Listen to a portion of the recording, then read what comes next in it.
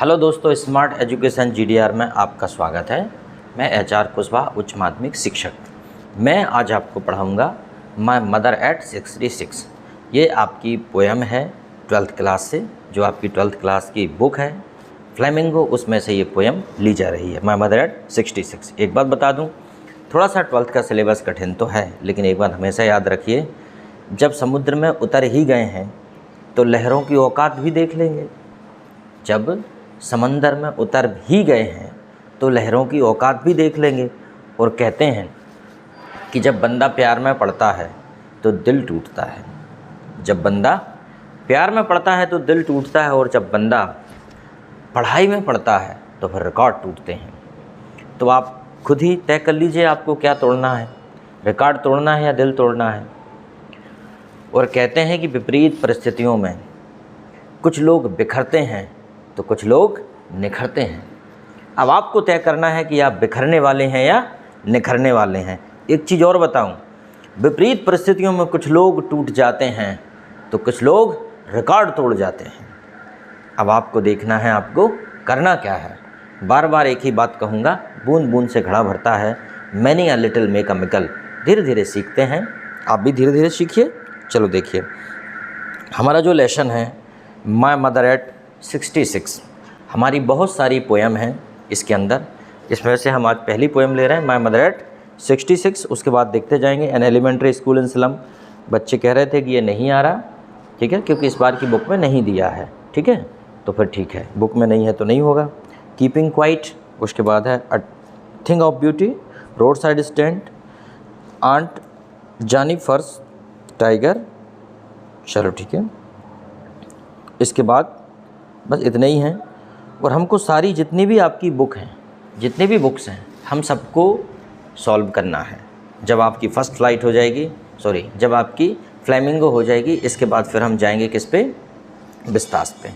और 10th class की भी मैं कवर कर रहा हूँ, जैसे कि मैंने फ़र्स्ट फ्लाइट अभी बोला था, 10th क्लास की फ़र्स्ट फ्लाइट भी मैं कवर कर रहा हूँ। जितनी भी बुक्स हैं आपकी, चाहे वो 9वीं की हो, 11वीं की हो, सारी बुक्स हम कंप्लीट करेंगे। 9th की भी करेंगे, 11th की, 10th की, 12th की, सभी कंप्लीट इसी प्रकार क्रम से करते चले जाएंगे, don't worry. My mother eight 66, आइए आज हम इसे लाइन बाय लाइन ट्रांसलेट करते हैं, इसकी हिंदी समझते हैं, उसके बाद फिर इसके हम क्वेश्चन आंसर करेंगे। माय मदर एट 66, ये आपका एग्ज़ाम में आएगा। अब जैसे एग्ज़ाम में आता क्या है, एग्ज़ाम में पूछते हैं कि माय मदर एट 66 के राइटर का नाम क्या है या ऑथर का नाम क्या है, एक तो ये पूछ लेते हैं।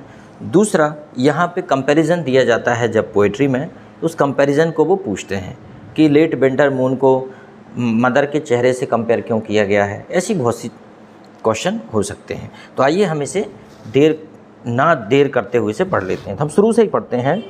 माय मदर एट 66, इसका मतलब है मेरी माँ 66 की, मेरी माँ 66 की हो गई है। अबाउट द पोएट, कवि के बारे में, कवि क्या कहना चाह रहा है इसमें, कवि महोदय, उनके बारे में थोड़ा सा जान लें।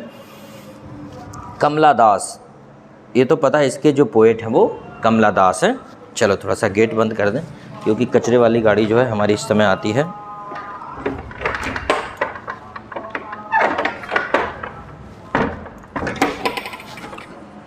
साथियों, ये भी ज़रूरी है, हमें अपने आसपास साफ़ सफाई रखना चाहिए, ठीक है।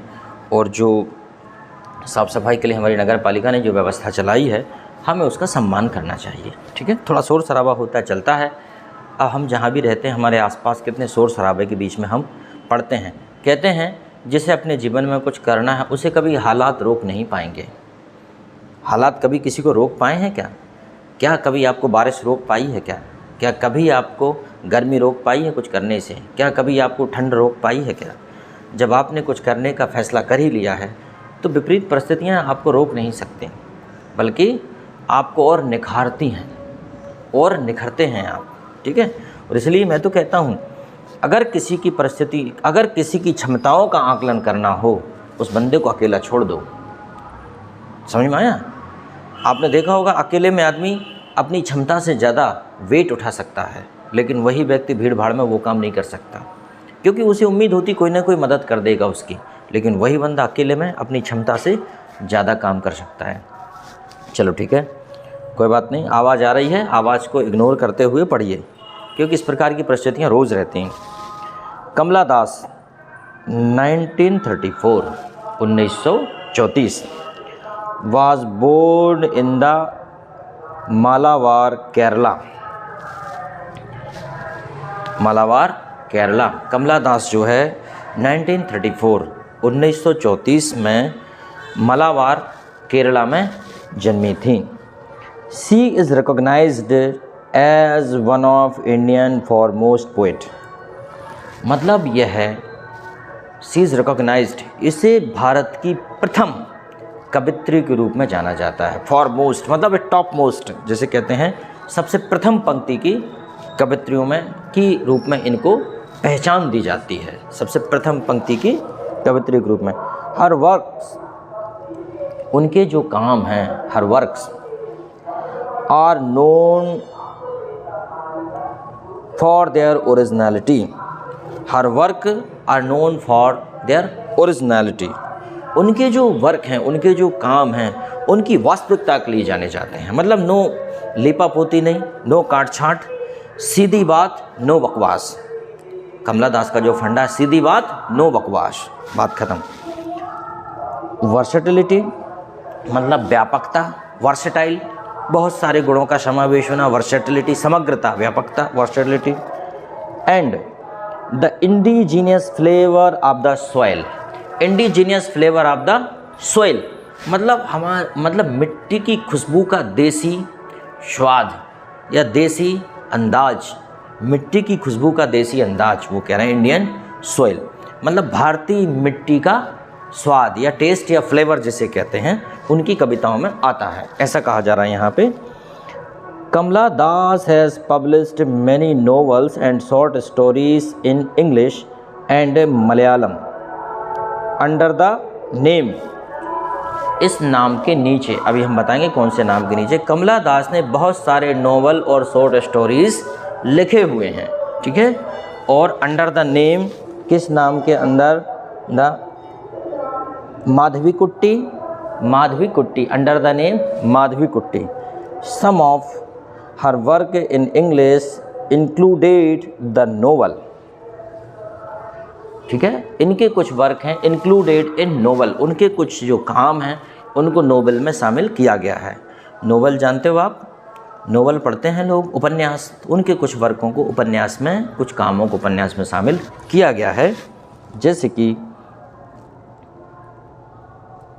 The novel alphabets of lust, alphabet of lust, वासना की ABCD, वासना।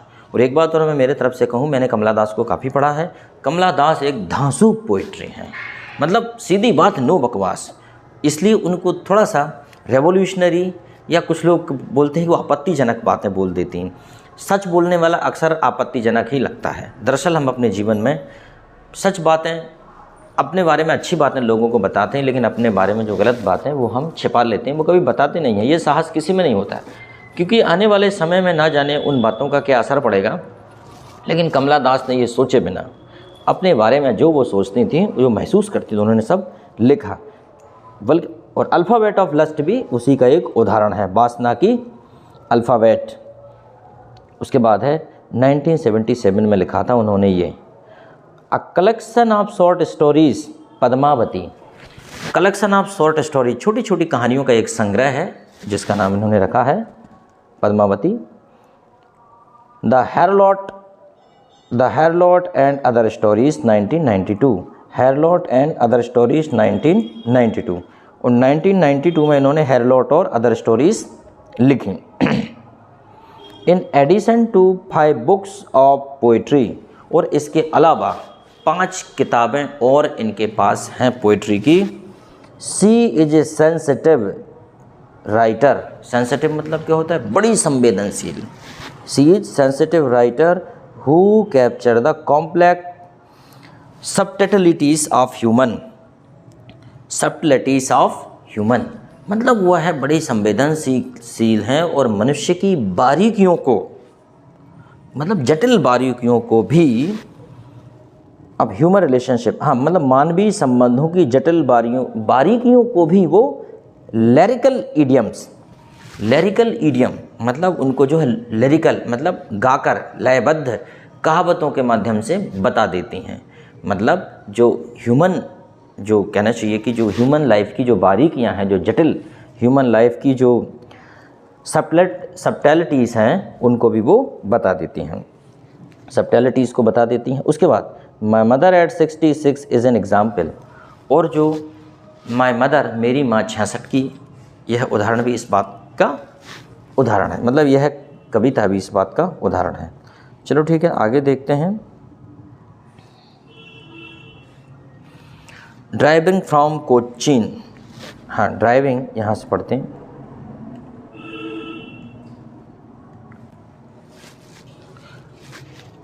Driving from my parents home to Cochin, बैठ जाओ चुपचाप आराम से बिना आवाज़ किए।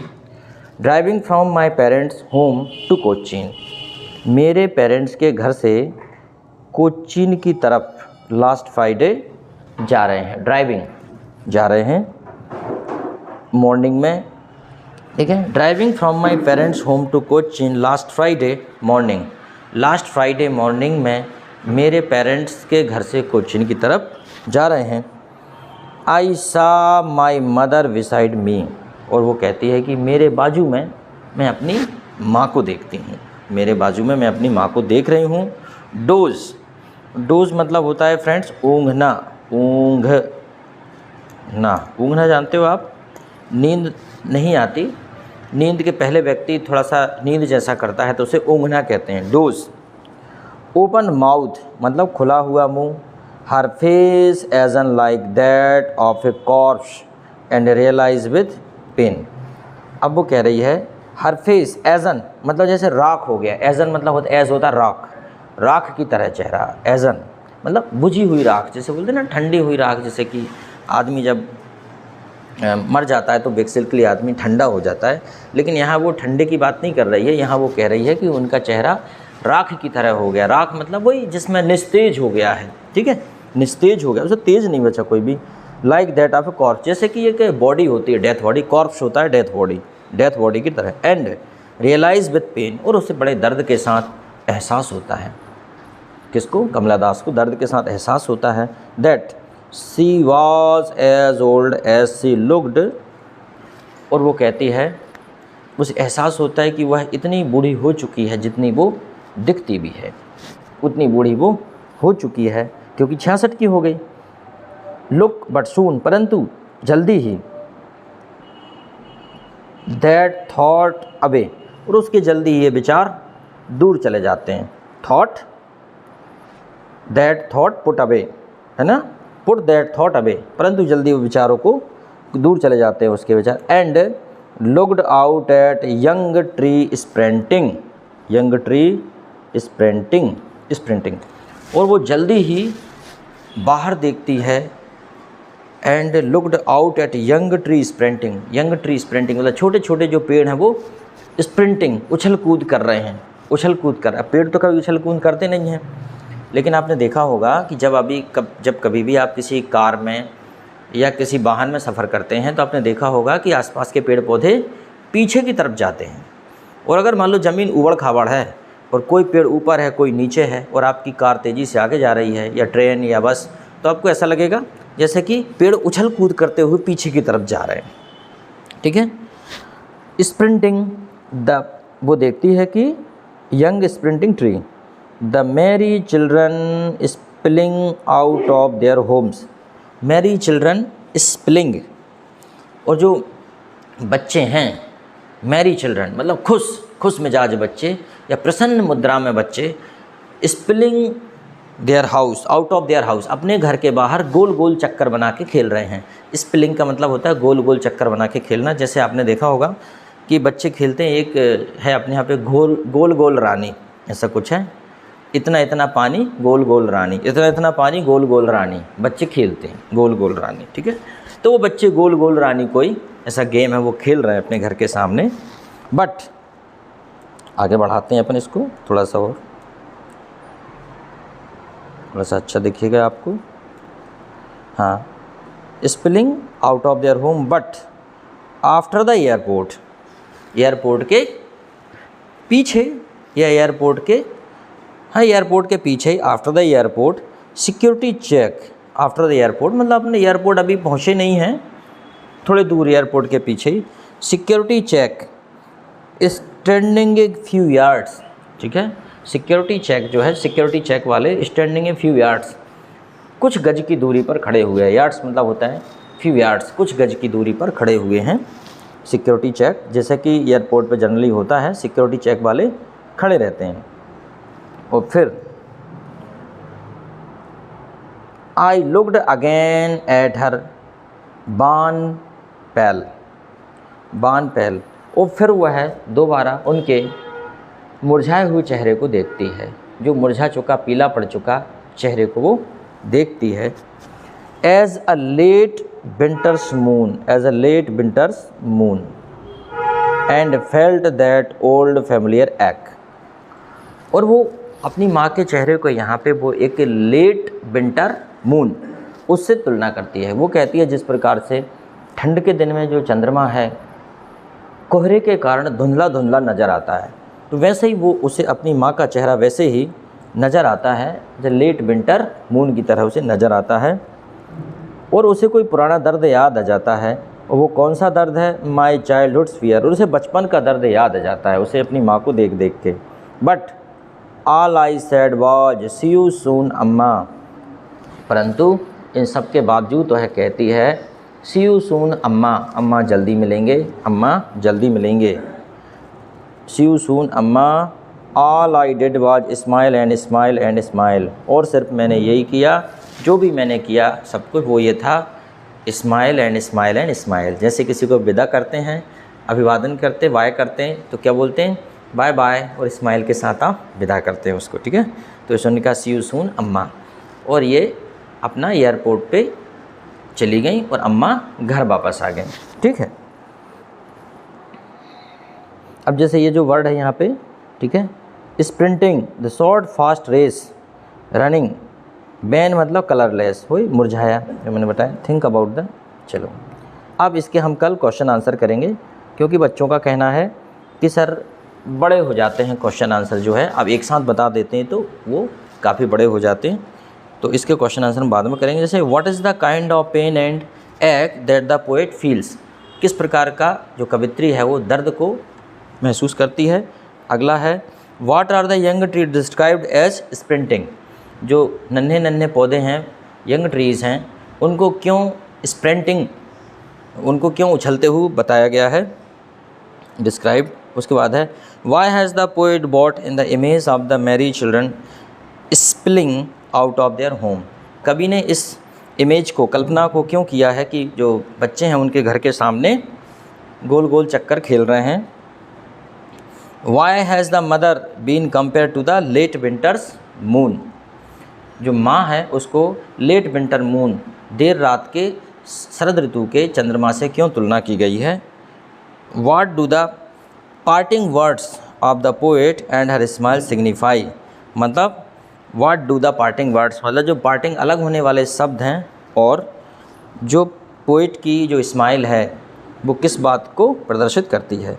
देखो हमें उत्तर से ज़्यादा प्रश्न का पता होना चाहिए, अगर हमें प्रश्न का पता नहीं होता तो कहीं का प्रश्न का कहीं उत्तर लिख के आ जाते हैं, ये हम जनरली मिस्टेक्स कर देते हैं। चलो थैंक यू वेरी मच, हम इसके जो है क्वेश्चन आंसर कल करेंगे। आई होप दैट यह आपकी समझ में आ गया होगा। अगर समझ में आ गया होगा और इस प्रकार के वीडियो चाहिए तो कमेंट्स करके बताइए। सब्सक्राइब का तो आपको पता है मैं कभी बोलता नहीं हूँ, क्योंकि अच्छा लगेगा तो खुद ब खुद कर लोगे और नहीं लगेगा तो क्या फ़र्क पड़ता है, ठीक है। और करना भी नहीं चाहिए, अगर अच्छा नहीं लगता है तो क्यों करें, फालतू का मोबाइल भरें, और अच्छा लगता है तो कोई आपको रोकेगा नहीं, ठीक है।